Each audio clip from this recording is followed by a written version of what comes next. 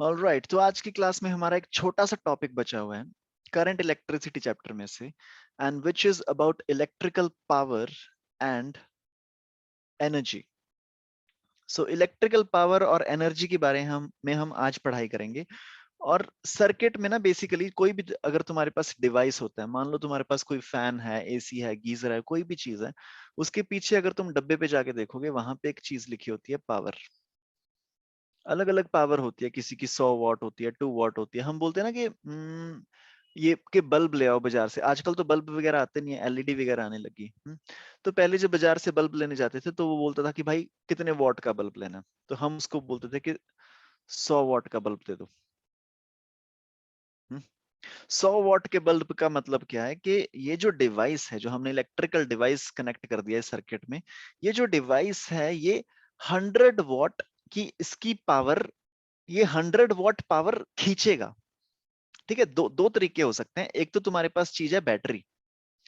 Battery क्या करेगी? Battery तुमको देगी पावर, पावर देगी या फिर एनर्जी देगी। इट्स काइंड ऑफ, मैं इसको इंटरचेंजेबली यूज कर रहा हूं इसको, क्योंकि अगर तुम एनर्जी सप्लाई करोगे किसी चीज को तभी तुम पावर सप्लाई कर पाओगे। अगर तुम में कोई ना कोई एनर्जी है, उस एनर्जी को ही तुम टी से डिवाइड करके पावर निकालते हो। मैंने मान लो कुछ काम किया, ठीक है, मेरे पास एक पेन था, इसमें कोई लेट्स से एक गाड़ी है, गाड़ी को धक्का लगा रहे हैं हम दोनों। So let's say this car is 100 kgs। तो यहाँ पे मैं इस गाड़ी को धक्का मारने लग गया, मैंने इस पे फोर्स लगाई, और फोर्स लगा के मैंने इसको यहां तक डिस्प्लेस कर दिया। कितना मैंने डिस्प्लेस कर दिया? 5 मीटर। ओके, फिर तुमने क्या किया? तुमने भी सेम काम किया। यहाँ पे 100 kg की कार थी, तुमने भी इस पे कुछ फोर्स लगाई, मे भी तुमने अलग फोर्स लगाई एफ डैश, तुमने भी इसको डिस्प्लेस कर दिया 5 मीटर। तो हम दोनों में से किसने ज्यादा काम किया?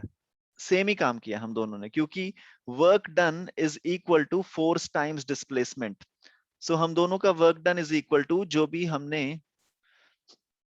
फोर्स लगाई है मल्टीप्लाइड बाय डिस्प्लेसमेंट।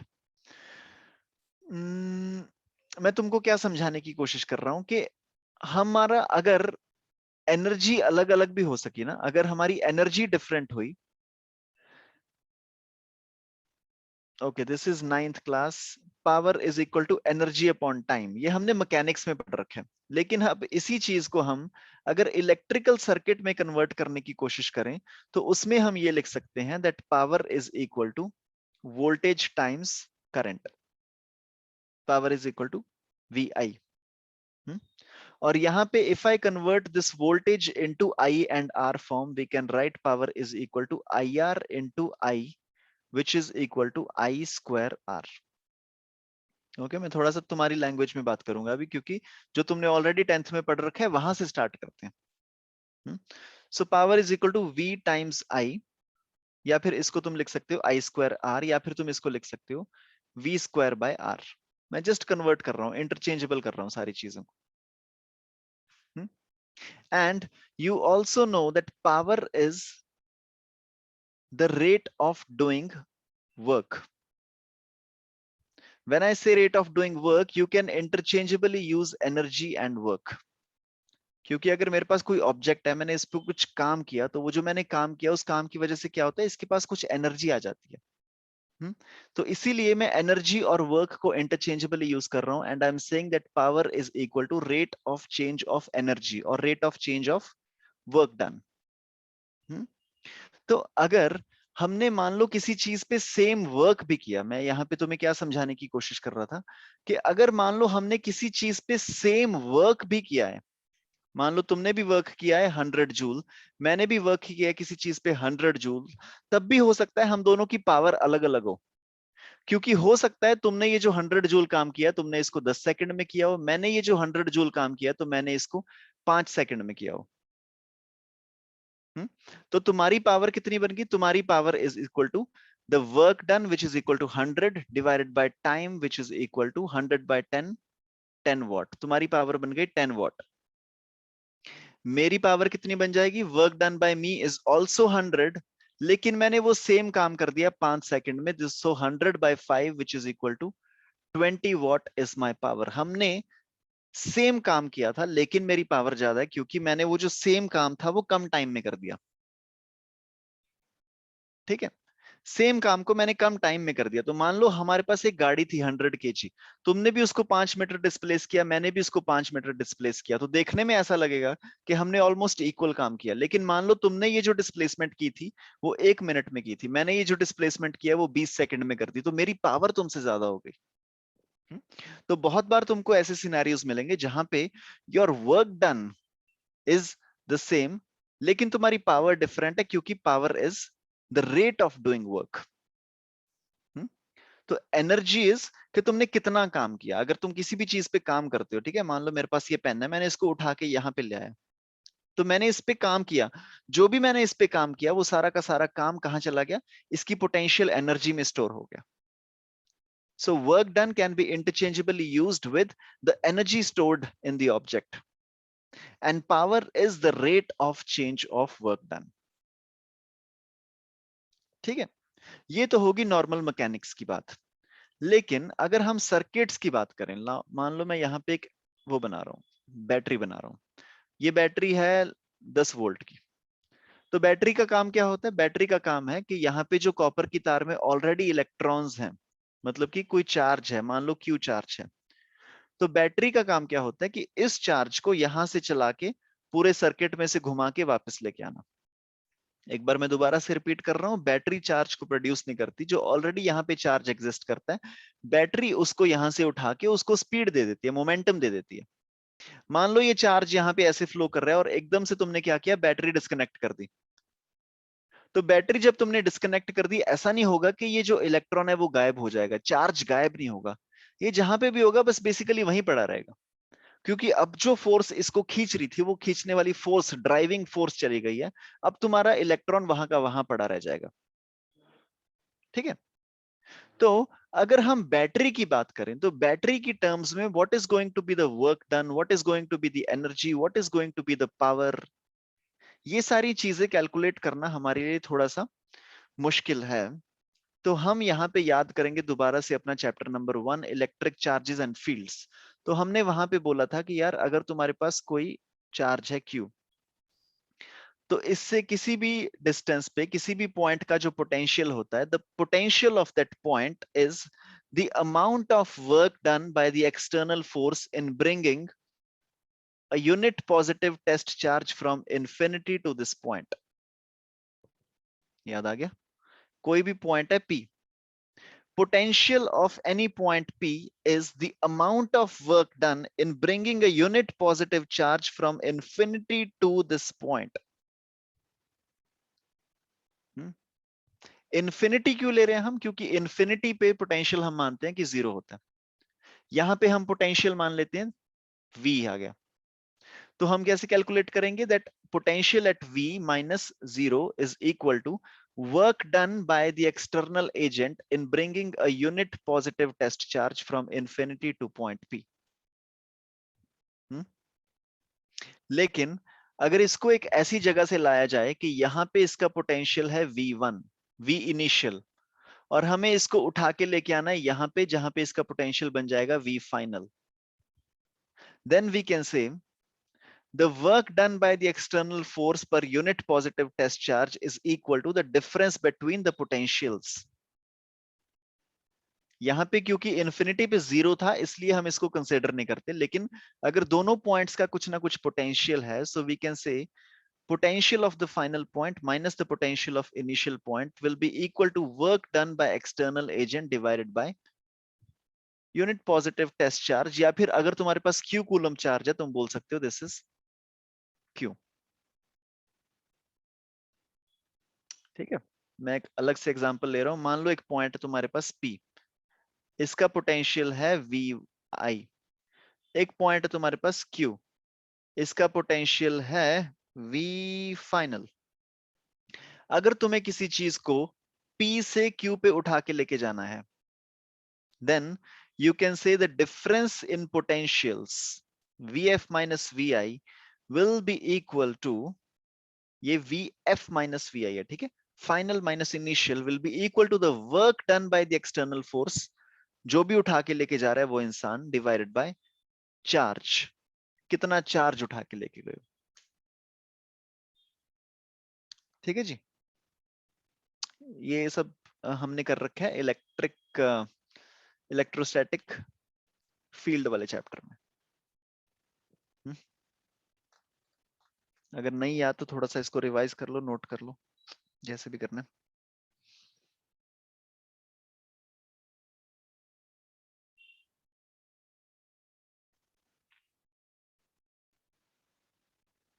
ओके, सो यहाँ पे हमारे इस सर्किट में क्या हो रहा है, हमारे इस सर्किट में क्या हो रहा है कि यहाँ पे मान लो एक चार्ज पड़ा था, इस वायर में से चार्ज फ्लो करने लग गया क्यू कूलम। तो इस क्यू कूलम को मूव कराने वाली कौन चीज है यहाँ पे, बैटरी ना। ये बैटरी ही तो है जो सारे चार्जेस को फ्लो करवा रही है।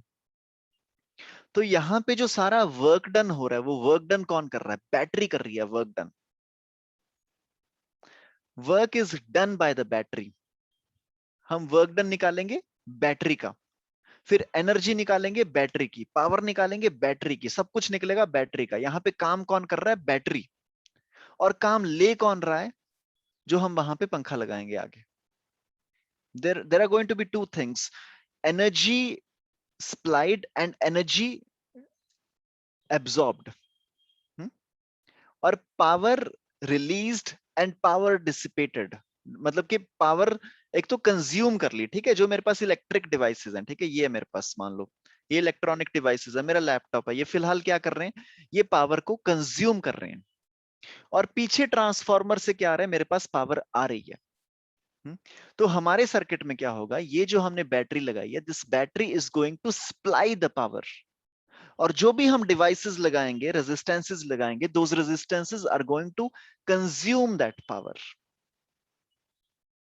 वो रेजिस्टेंसेस क्या करेंगे, पावर को कंज्यूम करेंगे, और बैटरी हमारी क्या करेगी, बैटरी पावर को सप्लाई करेगी। तो थोड़ा सा इसका ना एनालिसिस देखते हैं। नॉर्मली वैसे इसको पढ़ाया नहीं जाता, तो मैं सीधा बता दिया जाता है कि भाई power is equal to V I, और क्वेश्चंस करने स्टार्ट कर दो। लेकिन मैं तो चाहता हूं कि तुम्हें थोड़ा सा you go into the details of it, ताकि तुम्हें फीलिंग आ जाए कि यार ये आया कहां से, power is equal to V I actually में आया ही कहां से। ठीक है, सो डोंट वरी, ये तुमको कोई पूछेगा नहीं अगर तुमको नहीं भी समझ में आई अगली चीज। लेकिन I want to tell you this कि power is equal to V I actually में कहां से आया। तो मान लो तुम्हारे पास एक बैटरी है वी, और तुमने सर्किट वर्किट कनेक्ट कर दिया, यहाँ पे रेजिस्टेंसेस लगा दिया, कुछ ना कुछ कर दिया तुमने, और इस पावर को ऑन करते ही यहाँ पे करंट फ्लो करने लग गया क्यू। ठीक है, सो क्या मैं यहाँ पे बोल सकता हूं कि ये जो पॉजिटिव टर्मिनल है, this is at V volt potential, जो नेगेटिव टर्मिनल है, this is at 0 volt potential, V and 0। तो जब क्यू कूलम्ब चार्ज यहां से जंप मार के इधर जाएगा, तो बेसिकली क्यू कूलम्ब चार्ज का हम पोटेंशियल चेंज कर रहे हैं। तो क्या हम यहाँ पे बोल सकते हैं, final potential minus initial potential is equal to the work done by the external agent divided by Q. This is coming from electric field. तो यहां पे जो जंप मार के गया हमारा चार्ज, वो 0 से लेके V तक जंप मार के चला गया। दैट मींस जो सेल की ईएमएफ थी, उतना पोटेंशियल वो जंप मार गया। यहाँ पे final potential is V, initial is 0, which is equal to work done by the external field minus Q.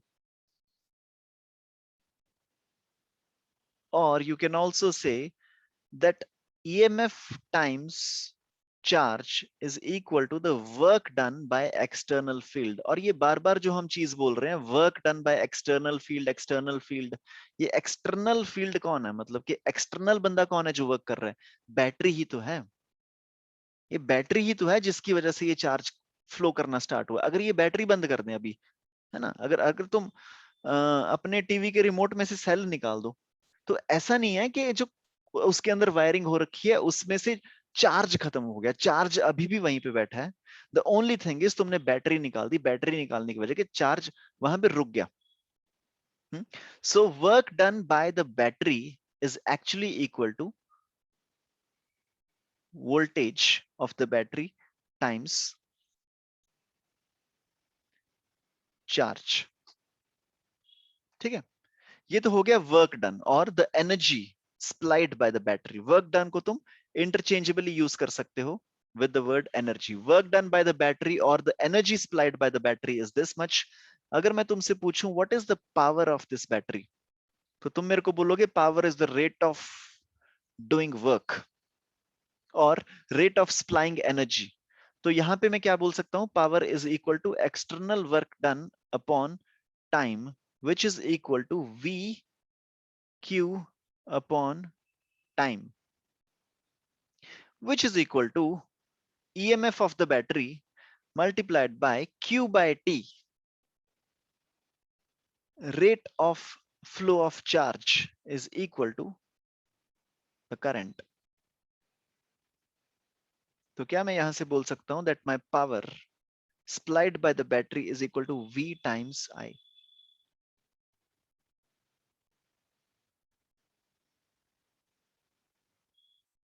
ठीक है, power supplied by the battery is equal to V times I, और यहां पे इन केस मेरे को EMF नहीं पता तो मैं यहां से इस V की जगह लिख सकता हूं IR, and using that formula I can say power is also equal to I square R.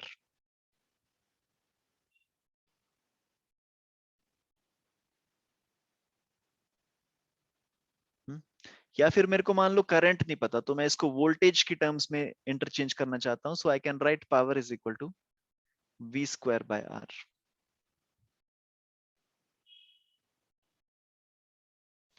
ये अलग अलग तरीके हैं पावर को डिनोट करने के। ठीक है, मैं एक बार दोबारा से रिपीट कर रहा हूं कि this is the power given by the battery. Battery हमको पावर दे रही है, इसको कंज्यूम कौन करेगा, जो हम यहाँ पे डिवाइसेस लगाएंगे। तो ये तो बात होगी पावर की। अगर मैं तुमको थोड़ा सा एनर्जी के बारे में बताने की कोशिश करूं, so you will see that power is equal to VI। एक बार लास्ट बार लिख रहे हैं, VI को हम I स्क्वायर R भी लिख सकते हैं, इसको V स्क्वायर बाय R भी लिख सकते हैं। सब ये इंटरचेंज किया हमने एक दूसरे में। अगर हम एनर्जी की बात करें, energy is basically equal to power into time. अगर टाइम कांस्टेंट है, energy is basically equal to power into time, so you can say this is VI into time, I square R into time, V square by R into time. This is your energy. ठीक है, बस इतनी सी चीज है यार, एक छोटा सा टॉपिक था जो मैं तुमको बताना चाहता था। अब इसमें कुछ क्वेश्चंस आ जाते हैं तुमको कभी कभी, वो लोग पूछ लेते हैं, हम कुछ क्वेश्चंस प्रैक्टिस कर लेते हैं। मान लो एक सर्किट है, उसमें अच्छा पहले मैं तुम्हें दूसरा कॉन्सेप्ट भी बता दूं कि ये तो वो वाली पावर होगी जो बैटरी सप्लाई कर रही है। अब वो वाली पावर को भी कैलकुलेट कर रहे हैं जो एक डिवाइस कंज्यूम करेगा। मान लो एक ही सर्किट में काफी सारे डिवाइसेस लगे हुए हैं, let's say this is 10 volt battery, और यहाँ पे हमने लगा दिए 3 resistances. Okay, let's say this is 2 3 5 ohm. Okay, तो अगर अब मैं तुमसे पूछूं कि पावर निकालो भाई, P1 P2 P3 निकालो, सारे रेजिस्टेंसेस के अक्रॉस कितनी पावर कंज्यूम करेंगे ये लोग। तो पावर कंज्यूम करने के लिए तुम कोई भी फॉर्मूला यूज कर सकते हो, VI I square R V square by R। अब यहाँ पे कुछ बच्चे बहुत ज्यादा कंफ्यूज हो जाते हैं, वो क्या करते हैं कि बोलते हैं कि भाई power is equal to VI, तो ये वाली वोल्टेज यूज कर ली कि 10 इंटू 220, सॉरी 10 इंटू, मतलब ये फॉर्मूले में R यूज कर लिया, यहां से वोल्टेज यूज कर ली ये वाली, और तुमने बोल दिया कि पावर इतनी निकल के आ गई, है ना। फॉर एग्जाम्पल अगर मैं तुमको पूछूं what is the power across 2 ohm register, तो तुम बोलोगे power is equal to V square by R। ठीक है, V कितना आ गया, 10 into 10 divided by 2 which is equal to 50 watt. तो ये 50 वॉट गलत आंसर है। आई होप ये तुमको पता होगा 50 वॉट गलत आंसर है, क्योंकि यहाँ पे ये जो हम V यूज कर रहे हैं ना, you can not be using this 10 volt now, क्योंकि पहले हम 10 वोल्ट यूज कर रहे थे because this was the power supplied by the battery. अब जब मैं पूछ रहा हूं कि यहाँ पे कितनी पावर ड्रॉप होगी, अब मैं तुमको बेसिकली ये पूछ रहा हूं कि कितनी पावर ये डिवाइस कंज्यूम करेगा। अब क्वेश्चन थोड़ा सा घूम गया है। अब मैं तुमको ऑपोजिट क्वेश्चन पूछ रहा हूं कि जो सारी पावर सप्लाई कर दी बैटरी ने, वो पावर किस किस रेशियो में डिवाइड होगी इन रेजिस्टेंसेस के बीच में। अब तुम वोल्टेज की जगह पे 10 वोल्ट नहीं इस्तेमाल कर सकते। अब तुमको पहले कैलकुलेट करना पड़ेगा कि यहाँ पे एक्चुअली में कितनी वोल्टेज का ड्रॉप होगा। तो अगर तुम थोड़ी सी कैलकुलेशन करके देखो, यहाँ पे तुम्हें पता चल जाएगा the current flowing is equal to 1 ampere. तो current flowing is equal to 1 ampere. तुम बेसिकली फॉर्मूला या तो आई स्क्वायर आर वाला यूज कर लो, बिकॉज तुम्हें करंट पता चल गया सबके अक्रॉस। या फिर अगर तुम्हें वी स्क्वायर बाय आर वाला फॉर्मूला यूज करना है, then what you need to do is तुम्हें निकालना पड़ेगा यहाँ पे वोल्टेज का ड्रॉप कितना होगा। तो टू ओम के अक्रॉस जो वोल्टेज का ड्रॉप होगा that will be equal to 2 volt. 3 ohm के अक्रॉस जो वोल्टेज का ड्रॉप होगा that will be equal to 3 volt. 5 ohm के अक्रॉस जो वोल्टेज का ड्रॉप होगा that will be equal to 5 volt. Now, to calculate power across any of the resistors, you will be using this voltage and this resistance and this current.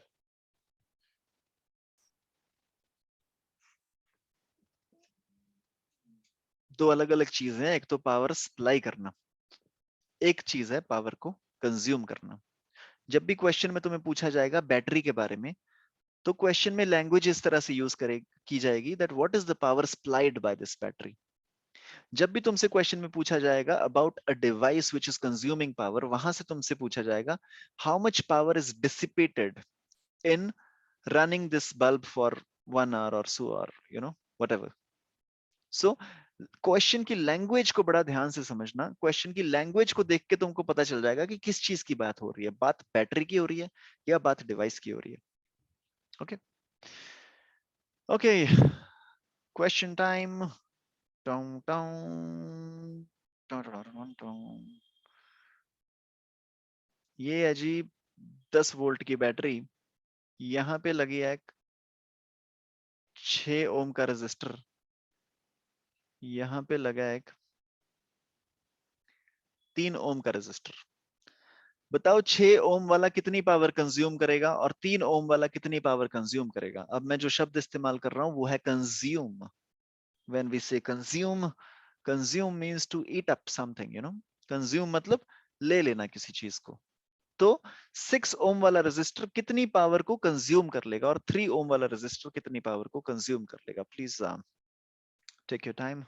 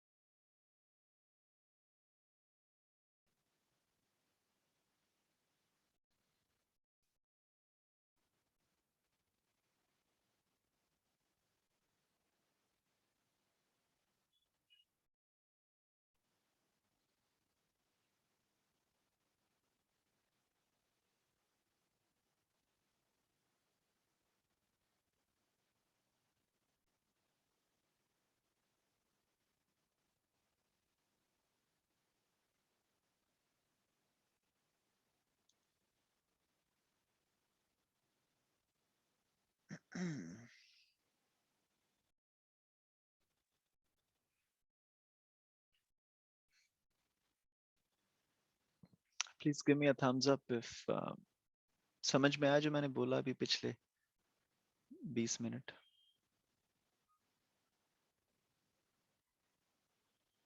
Okay, so what is the power consumed across 6 ohm resistor and 3 ohm resistor?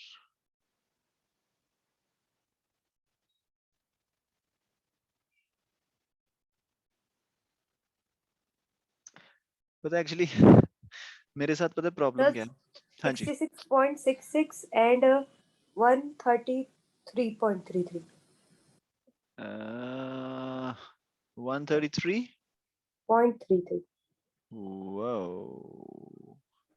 Okay ठीक है, एक चीज तो मेरे को अच्छी लगी कि दोनों आपस में 2 के मल्टीपल हैं, और जो कि सही भी है, 2 का मल्टीपल आना चाहिए, because I know power is equal to V square by R. So if V is common for both of them, if you really look at it, यहाँ पे जो potential का drop होगा, this is going to be 10 volt. यहाँ पे जो potential का drop होगा, this is going to be equal to 1 volt. तो दोनों के लिए V will be equal to same, that is 10 multiplied by 10 divided by, अगर हम इसको 1 मान लें 6 वाले को, this is 100 by 6. How much is that equal to? 100 by 6 is 50 by 3, which is equal to 1. उसके बाद कितना होता है 20, then you have 6 7 watt. 16.666 bar last में 7 आ जाएगा. हाँ so this is 16.67 watt. and अगले वाले केस में क्या होगा, बिना कैलकुलेशन के मैं कैलकुलेट कर सकता हूँ. नेक्स्ट वाले केस में power consumed is equal to V square by R. Resistance जो है वो हाफ हो गया, तो पावर हो जाएगी डबल. तो पावर हो जाएगी डबल, तो 16.67 का डबल आई थिंक होगा 33.3 वाट. ओके. करेक्ट है? तो मतलब कि ये जो दोनों हम डिवाइस बाजार से ले आए हैं, इन डिवाइसों के अगर हम डब्बे पे देखेंगे तो डब्बे के पीछे इनकी पावर लिखी होगी 33.3 वाट और 16.67 वाट. इसका मतलब क्या है, that this particular device is going to consume 33.3 joules of energy in 1 second. Watt का मतलब यही होता है ना. So power is equal to work done upon time, या फिर तुम इसको बोल लो एनर्जी अपॉन टाइम. तो अगर पावर की यूनिट वॉट है, so watt should be equal to joules upon second, obviously, right? Yes. Power is equal to joules upon second. So if I ask you define 1 watt, so 1 watt is defined as when 1 joule of energy or 1 joule of work is done in 1 second. That is what is 1 watt. So यहाँ पे ये जो हम device बाजार से लेके आए हैं, इसके डब्बे पे लिखा हुआ है 33.3 watt. That means this thing is consuming 33.3 watt of, I'm sorry, 33.3 joules of energy in 1 second. This thing is consuming 16.67 joules of energy in 1 second. और जो मेरा बिजली का बिल आएगा वो मेरा इस चीज पे डिपेंड करेगा, है ना, कि कितनी उसकी पावर है और कितनी देर के लिए मैंने उसको चलाया, है ना. मान लो मेरे घर में 2 डिवाइसेस है, ठीक है. एक तो मेरे घर में पंखा लगा और दूसरा मेरे घर में लगा एसी. और जो फैन है उसकी जो वॉटेज है that is somewhere around 100 what तुम मान लो. और जो मेरा एसी है उसकी वॉटेज है समवेयर अराउंड 2500 वॉट. ठीक है. तो अब मान लो मेरे को लग रही है गर्मी. ठीक है. तो मेरे दिमाग में एक्चुअली में जो चलता नहीं है कभी, बट बैक एंड पे सबके दिमाग में यही चल रहा होता है. सो अगर मैं एक फैन को चला रहा हूं लेट्स से 10 सेकंड के लिए, अगर मैंने फैन को चलाया 10 सेकंड के लिए, तो वो कितनी एनर्जी कंज्यूम करेगा? 1000 जूल्स. और अगर मैंने एसी को चलाया 1 सेकंड के लिए, तो वो कितनी एनर्जी कंज्यूम करेगा? 2500 जूल्स. अगर मैंने फैन को चलाया 1 मिनट के लिए, I want you to understand this calculation कि पावर से फर्क क्या पड़ता है. अगर मैंने फैन को चलाया 1 मिनट के लिए, तो 1 मिनट में वो कितनी एनर्जी कंज्यूम कर लेगा? 6000 जूल. और ये 6000 कितनी देर में कंज्यूम कर लेगा? In less than 3 seconds. मतलब जितनी एनर्जी ये भाई तुम्हारा कंज्यूम कर रहा है 1 मिनट में, वो एनर्जी ये कंज्यूम कर रहा है 3 सेकंड से कम में. That is why there is so much of fuss about all this 3 star 4 star 5 star कि भाई एक बार तुमने इनिशियल पेमेंट कर दी वो तो अलग चीज है, उसके बाद जो उसकी वॉटेज है, उसकी जो पावर कंज्यूम करने की शक्ति है वो कितनी है, उस पे बहुत ज्यादा मैटर करता है कि हम कितनी बिजली को बचा सकते हैं. And saving electricity is becoming a serious topic these days. हम कुछ साल पहले तक हमें ऐसा लगता था कि एनर्जी तो भाई फ्री होती है, हाँ, क्योंकि हजारों साल से पेड़ों के नीचे कुछ सामान दबा पड़ा था. जब हमने वो पेड़ वेड़ निकाल के देखे, जमीन को खोद के देखा, तो कुछ सामान निकला बढ़िया बढ़िया सा, कोल, पेट्रोलियम, डीजल, क्रूड ऑयल निकला. ठीक है, क्रूड ऑयल तुम्हें पता होगा समंदर में से निकलता है. तो ओशन होता है, ओशन के अंदर चले जाओ तुम बिल्कुल ऐसे, तो वहां पे जाके जो ओशन का भी बेड होता है, ओशन के बेड पे जाके, वहां पे जाके अगर तुम डिगिंग करोगे, तो जब तुम डिग करके देखोगे तो वहां से what will happen is oil will come out. फिर उस क्रूड ऑयल से, जो तुम्हारे पास क्रूड ऑयल बन के आता है ना, उस क्रूड ऑयल से तुम्हारे पास अलग अलग वर्जन्स निकलते हैं. तुम्हारे पास पेट्रोल बनता है, तुम्हारे पास डीजल बनता है, तुम्हारे पास अलग अलग सामान बनता है. हम्म? तो लेकिन जब ये शुरू में निकला, ये सारी चीजें जब हमने डिस्कवर की कुछ साल पहले, तब क्योंकि ये इतनी ज्यादा बल्क में अवेलेबल थी, हमने देखा 70% of this earth is water. तो हमने देखा कि भाई इतने ज्यादा ओशन है, कहीं से भी जाके क्रूड ऑयल निकाल लो, मतलब कि मजा ही आ गया, एनर्जी एनर्जी होगी पूरी हर जगह पे. हम्म, तो हमें लगा कि यार ये तो बहुत बढ़िया चीज है, हर जगह पे एनर्जी ऐसे अनलिमिटेड है अर्थ पे, मतलब पूरा ऐसे पेल के यूज करेंगे एनर्जी. लेकिन हमने इतना उसको एक्सप्लॉइट किया उस एनर्जी को, कि ऑल ऑफ अ सडन क्या हो रहा है, वो एनर्जी खत्म हो रही है. ऑल ऑफ अ सडन थोड़ा सा साइंटिस्ट्स को रियलाइज हो रहा है कि भाई अगर इसी रेट पे इस्तेमाल करते गए, तो ये जो सारा कोल, पेट्रोलियम, डीजल है, ये अब से कुछ 60 साल में खत्म हो जाएगा. है ना, हमें लग रहा होगा कि यार 60 साल तो चलो बहुत ज्यादा है, लेकिन जस्ट थिंक अबाउट, अगर खत्म हो गया सबका सब, then what will happen? We'll have to move on to something else, right? तो इसीलिए ये जो आजकल पूरी की पूरी रेस चली हुई है ना, तुम्हारे हर घर में सोलर पैनल लग रहे हैं, और पूरे साइंटिस्ट्स अभी बात कर रहे हैं that we have to run cars on water.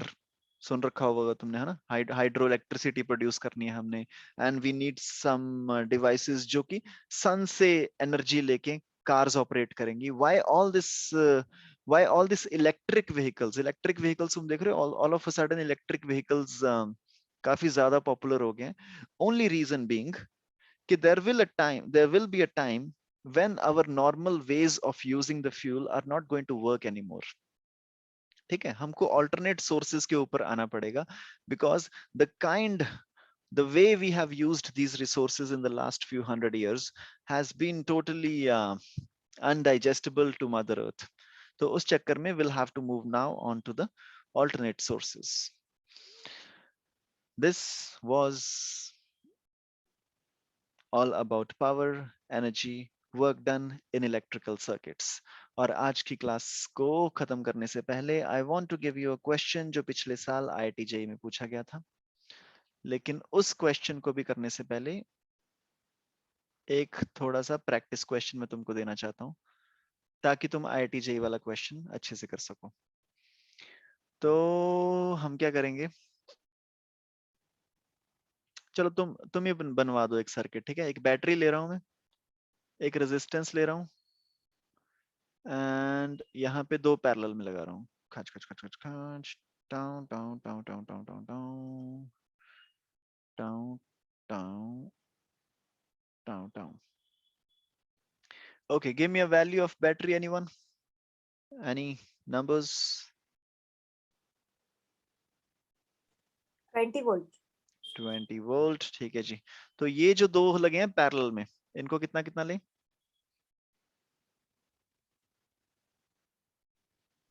5 6. 5 6, चलो 8 एंड 6 लेते हैं. ठीक है, मैंने क्योंकि लिख दिया ऑलरेडी 8. इसको ले लो तुम, hold on.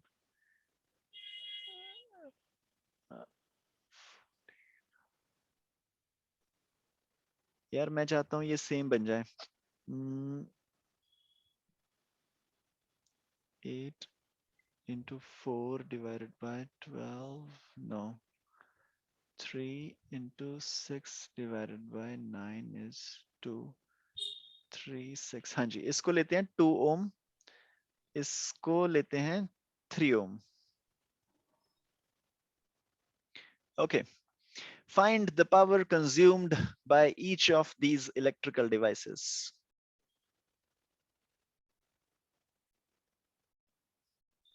So please repeat. The question is find the power consumed by each of these electrical devices. The one which is 2 ohm, ये electrical device है ना, first of all. ये जो 2 ohm लगा है, ये एक बल्ब हो सकता है या फिर ये एक एसी हो सकता है. No, I don't have any idea कि ये क्या हो सकता है. लेकिन ये जो 3 हमने डिवाइस लगा रखे हैं एक रेजिस्टेंसेस के फॉर्म में, इन पे कितनी कितनी पावर कंज्यूम करेंगे ये लोग.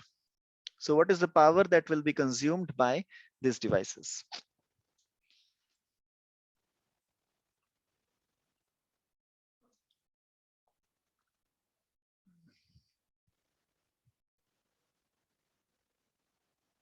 Boom, boom.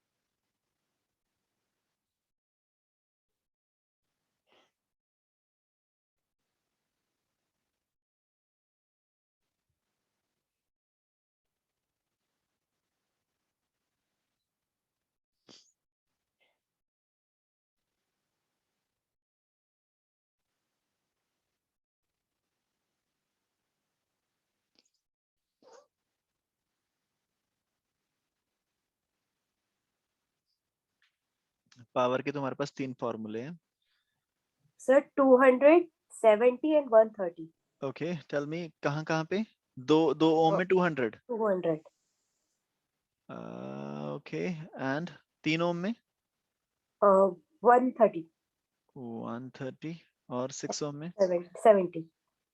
really. Oh, So one. 70 has to be 70 and 130 should be multiples. इनमें 2 का डिफरेंस होना चाहिए. like तुम नीचे मेरे को 65 बोल देती, then I could have accepted that. 70 130 तो सीधा रिजेक्ट हो गया, क्योंकि भाई power is equal to v square by Yes. r ना. तो इन दोनों के अक्रॉस वोल्टेज तो सेम ही ड्रॉप होगी, और रेजिस्टेंस का जो इनका डिफरेंस है वो 2 का फैक्टर है. तो मतलब जो ऊपर वाली पावर होगी that should be double the power of the नीचे वाली थिंग.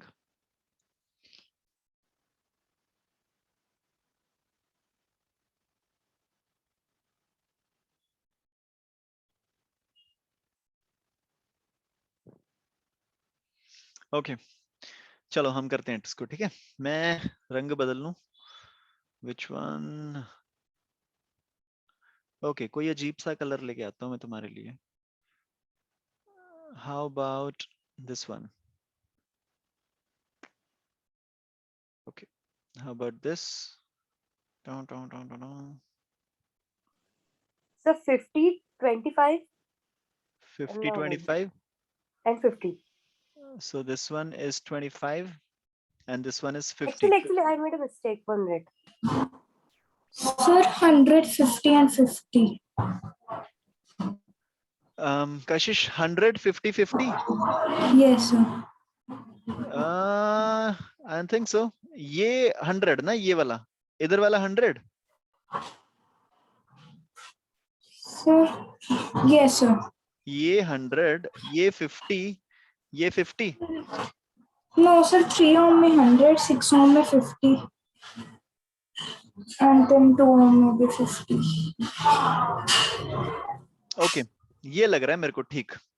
पक्का नहीं पता, पर ये ठीक लग रहा है मेरे को. हो सकता है ये ठीक हो, क्योंकि नीचे ये 50 है, ऊपर 100 है, ये मेरे को डाइजेस्टेबल लग रहा है कम से कम, ठीक है, क्योंकि रेशियो मैच कर रही है। सो कैलकुलेट करें इसको एक बार। ओके, तो सबसे पहले तो देखो जी, पावर का हम कोई भी फॉर्मूला यूज कर सकते हैं। Power is equal to V I use कर लो, power is equal to V square by R use कर लो, power is equal to I square R use कर लो। सो हमको यहाँ पे देखना पड़ेगा कि सबसे पहले हम कौन सा फॉर्मूला यूज करें।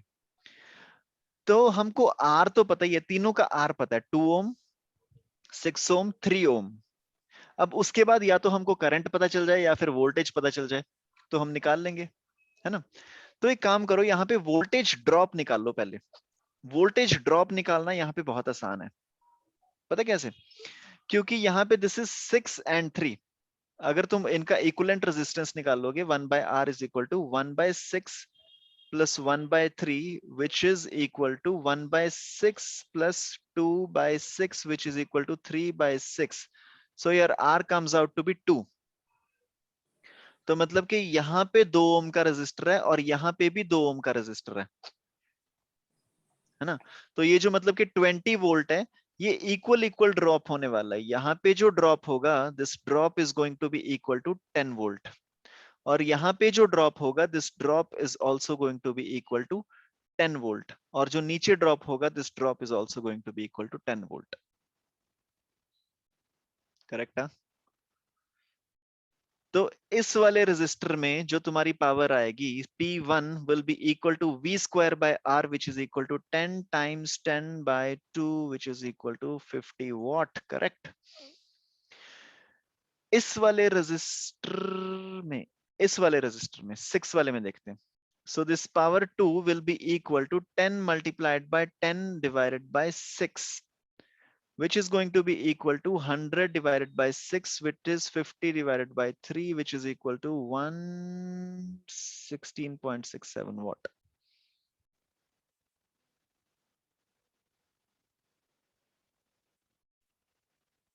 और थर्ड वाले में वोल्टेज का ड्रॉप कितना हो रहा है? 10 volt. This is 10 multiplied by 10 divided by 3, which is equal to 33.3 watt.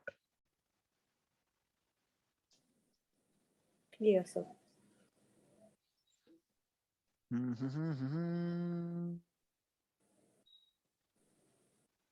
ठीक है जी, ठीक है कशिश? Yes, sir. Okay. So एक आखिरी क्वेश्चन करते हैं। IIT JEE 2008 में पूछा गया ये question. Ready? Should we do it? Yes, sir. Okay.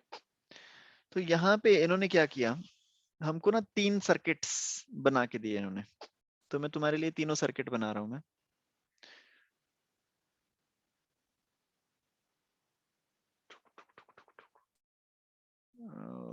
Okay.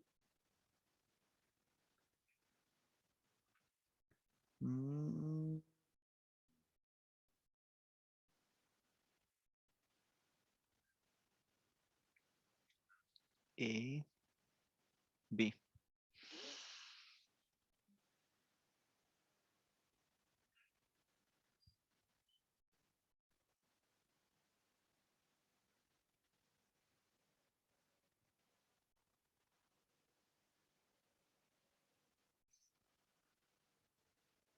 A and B, and the third circuit is tung tung tung tung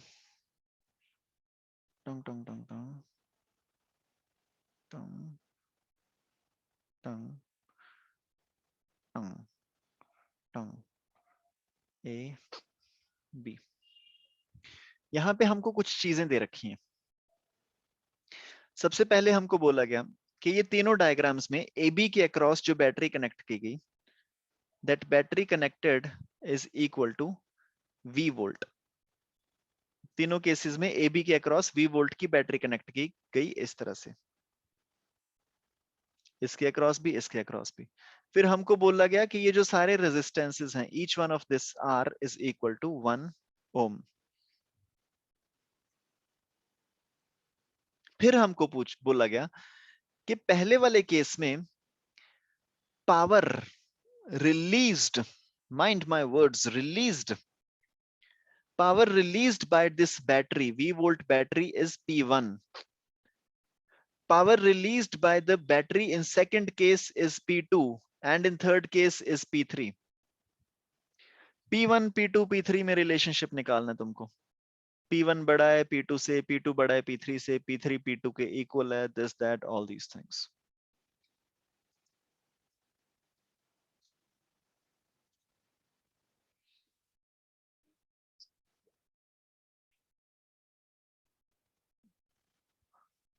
sir question repeat करते हैं. So the question is, 3 different electrical circuits has been given to us, and in each of these electrical circuits a battery of V volt is connected across the points A, B. And each of the resistances given in all of these electrical circuits is 1 ohm. That means this is 1, 1, 1, 1, 1. 1, 1, 1, 1, 1, 1, 1, 1, 1, 1. And the question is, power equal है हाँ जी सारे equal है ना. P1 P2 P1 equal to P2 equal to P3. Okay ठीक है. रुको आते हैं वापस. ठीक है. सो द क्वेश्चन इज कशिश कि पहले वाले केस में ये जो बैटरी है V वोल्ट की, this battery is giving us a power of P1. दूसरे वाले केस में the battery is giving us a power of P2. तीसरे वाले केस में the battery is giving us a power of P3. तुमको निकालना है कंपेयर P1 P2 P3. इस तरह से कुछ निकलेगा, P1 is equal to P2 is less than P3, या फिर P3 is less than P2 is equal to, मतलब ऐसा कुछ निकलेगा. ठीक है. So you have to find out a relationship between P1 P2 P3 and we have the first answer कि तीनों इक्वल है, सेम पावर हो सकता है.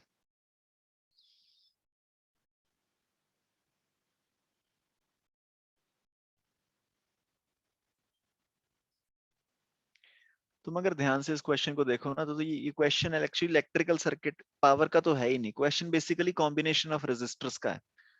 अगर तुमको इनका इक्विवेलेंट रेजिस्टेंस निकालना आ गया तो उसके बाद तो sir P2 greater than P1 greater than P3. P2 greater than P1 greater than P3. ठीक है जी. ओके. एक एक एक काम करते हैं. ठीक है. पहले बिना सॉल्व किए थोड़ा सा एक काम करके देखें कि सबके अक्रॉस हमने वोल्टेज लगाई है V. तो power in each case is going to be equal to V square by R, है ना. और V तो सबके अक्रॉस सेम ही है, तो मतलब जिसका R सबसे छोटा उसकी पावर सबसे बड़ी. तो बेसिकली हमको इक्विवेलेंट रेजिस्टेंसेस देखने हैं कि R1 R2 R3 में क्या रिलेशनशिप है. जो भी रिलेशनशिप आएगा उसका ऑपोजिट कर देंगे P1 P2 P3 का, है ना. यही करना है ना, समझ में आ गया. Yes, sir. ओके. तो let's find equivalent resistances in each case. पहले वाले केस में क्या हो रहा है, वी हैव दिस इज 1 1 1 1 1. तो क्या मैं दोबारा से समझाऊं या हमको ऑलरेडी पता है कि ये वाला जो बीच वाला सर्किट है वो ओपन सर्किट बन जाएगा. क्लियर है सर. क्लियर है ना. तो ये Yes. अगर ओपन सर्किट बन गया तो ये एक व्हीटस्टोन ब्रिज की तरह बन जाएगा. एंड व्हीटस्टोन ब्रिज में this is something like this, इस तरह से बन जाएगा ना. 1 1 1 1. तो ये बन जाएंगे 2 और 2 विच इज 1. इनका इक्विवेलेंट आ जाएगा 1 ओम. ठीक है ना. इनका इक्विवेलेंट 1 ओम आ जाएगा ना यार. Yes sir. देखो ये ना व्हीटस्टोन ब्रिज था, इस तरह से कुछ, उसको जब हम सिंप्लीफाई करते तो कुछ इस तरह से सर्किट बन जाता 1 1 1 1. और दिस इज 2, दिस इज 2. 2 और 2 को जब हमने पैरेलल में लगाया फाइनल इज 1. तो पहले वाले केस में equivalent resistance comes out to be 1. Okay. दूसरे वाले केस में दिस इज 1 1 1 1. 1। ये व्हीटस्टोन ब्रिज नहीं है, बड़े ध्यान से देखना। अगर ये लाइन इस तरह से लगी होती तो ये व्हीटस्टोन ब्रिज बनता। अब ये व्हीटस्टोन ब्रिज नहीं है यहाँ पे। These are 3 parallel lines going. यहाँ पे 2, this is 2, 2 and 1. तो 2 और 2 को पैरेलल में लगाया हमको मिल जाएगा 1। 1 और 1 को पैरेलल में लगाया हमको मिल जाएगा 0.5। तो सेकंड केस में equivalent resistance is 0.5। Third case में 1 1 1 1 1, ये बन गया 2 2, 2 और 2 पैरेलल में बन जाएगा 1, 1 और 1 सीरीज में बन जाएगा 2।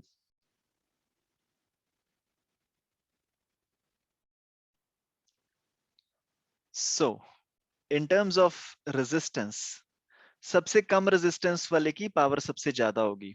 दैट मींस दिस P2 की पावर सबसे ज्यादा, उसके बाद P1 की पावर, उसके बाद P3 की power.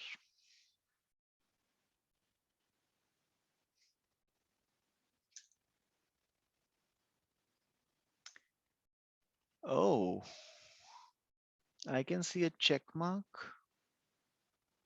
Riddhima, you just give me a thumbs up or a tick. I give you a tick, sir. Oh, ये भी होता है क्या? Let's see Yes. what we have. So you can give me a slow down. Okay.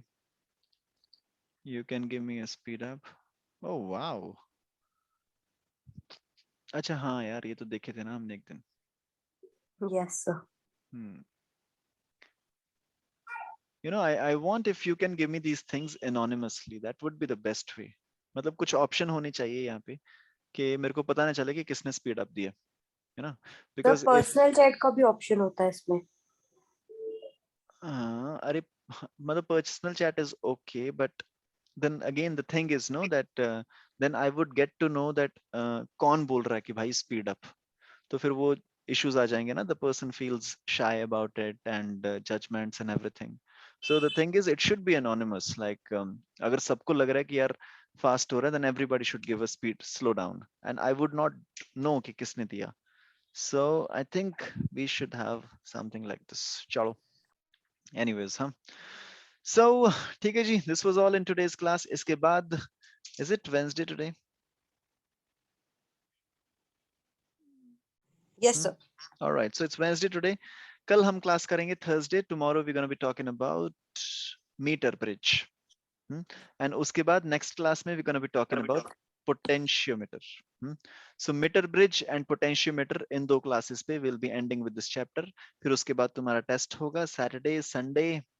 Maybe हम एक extra test करें इस chapter का क्योंकि it's a very scoring chapter. फिर उसके बाद from next week onwards we're going to be starting with the next topic which is magnetism. ठीक है जी, thank you Okay, very much for today's class. हम मिलते हैं कल रात को 7:30 बजे। इसको रिवाइज करना स्टार्ट कर दो क्योंकि टेस्ट होने वाला है सैटरडे और संडे को। और तुम्हारी नीट की डेट्स आ गई हैं। इस साल तो कोई दे नहीं रहा नीट, है ना? सब अगले साल वाले लोग हैं और ये सब IIT JEE वाले लोग हैं, है ना? yes. So ठीक है, so no announcements for that because none of you are giving it. चलो फिर कल मिलते हैं 7:30 बजे। बाय।